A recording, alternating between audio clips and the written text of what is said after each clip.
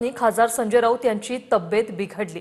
खासदार संजय राऊत हे भांडूपच्या फोर्टिस रुग्णालयात सध्या दाखल झाले।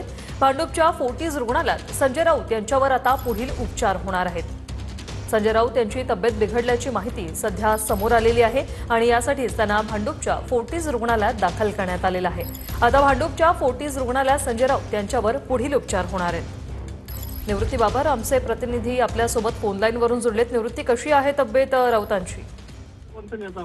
नक्कीच आपण पाहतोय की गेल्या काही दिवसांपूर्वी संजय राऊत यांची तब्येत जी आहे ती ठीक नव्हती, त्यामुळे त्यांनी सार्वजनिक कार्यक्रमांमध्ये येणं टाळलं होतं। त्या संदर्भात त्यांनी पत्रक देखील काढलं होतं। त्यानंतर आता नियमित चाचण्या करण्यासाठी मुलुंडमधील फोर्टिस रुग्णालयामध्ये संजय राऊत यांना दाखल करण्यात आलेलं आहे। त्यांच्या नियमित चाचण्या आहेत।